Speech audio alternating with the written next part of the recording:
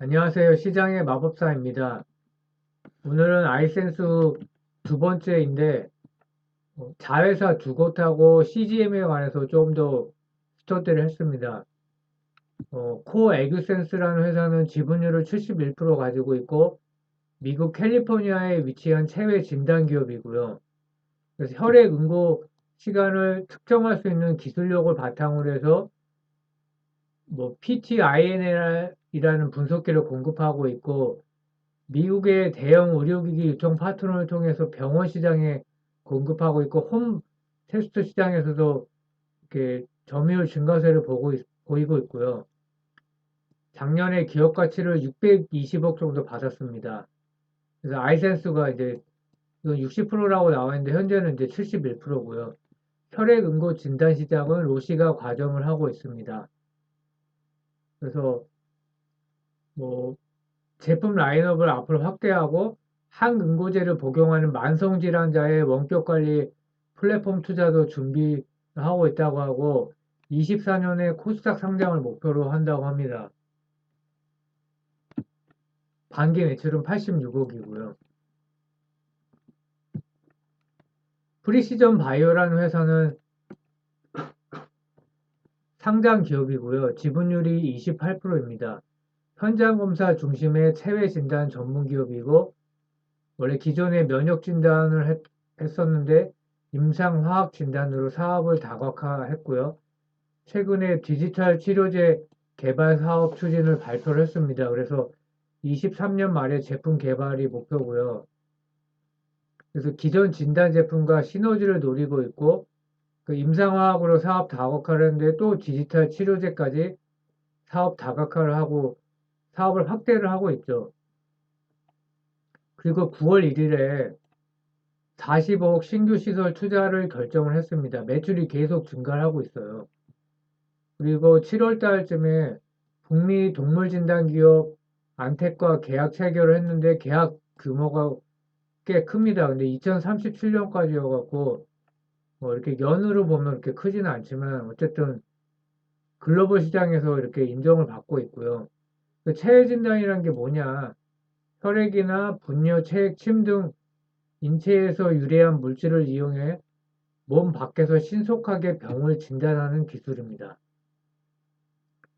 이런 게 사실 종합병원 가면 이런 검사를 많이 하고 있는 것 같고요. 실적을 보면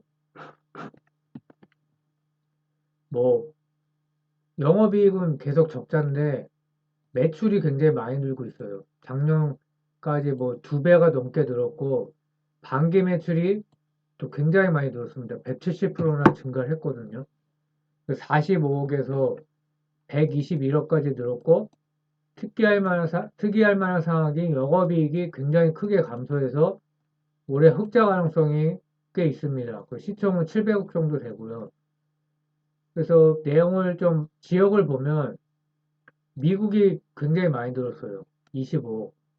유럽은 원래도 매출이 꽤 있었는데 뭐 유럽도 많이 늘고 또 한국도 굉장히 많이 늘었습니다. 그리고 연속 혈당 측정기인데요. CGM이라는 게 그 시장 규모가 보면은 21년도에 5빌리언이니까 한 7조 정도 됩니다. 근데 예상이 28년까지 14조 정도를 보고 있습니다. 그래서 성장률이 CAGR, 연평균 매출액 성장률이 그 시장 규모가 10%씩 커진다고 합니다. 대단하죠.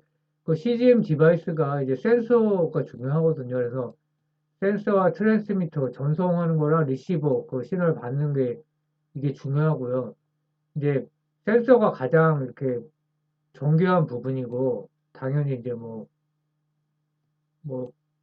주사 바늘보다 얇고 이제 피부층에 이제 피부 아래 그런 층에 이렇게 들어가서 이제 측정을 해야 되는 거니까 그래서 센서 기술이 굉장히 중요합니다. 그래서 아이센스가 이 시장에 들어갔다는 것 자체가 뭐 들어갈 예정이죠. 그래서 상당한 기술력을 갖고 있다고 보이고 이 제품을 보면은 이제 이게 아마존이나 월마트의 사이트에 가면 있는데요.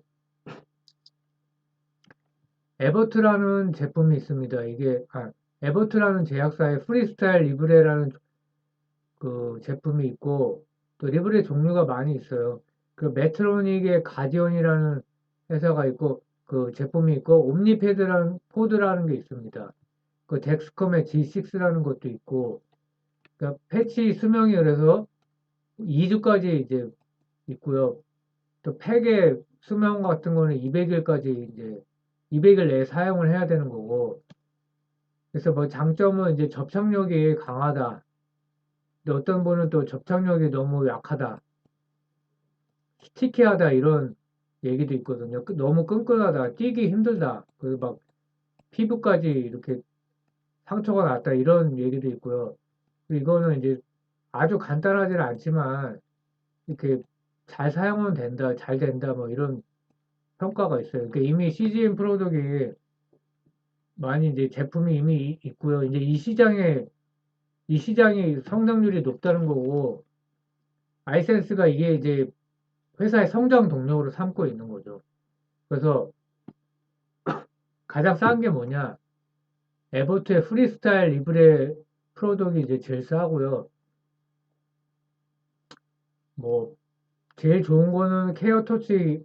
근데 이거는 이제 CGM은 아니고 그 자가 혈당 측정기입니다. 이건 아니고 그 CGM에서 이제 수치가 제일 이렇게 판독하기 좋게 나온 건 프리스타일이라는 이런 이제 조사가 있고요.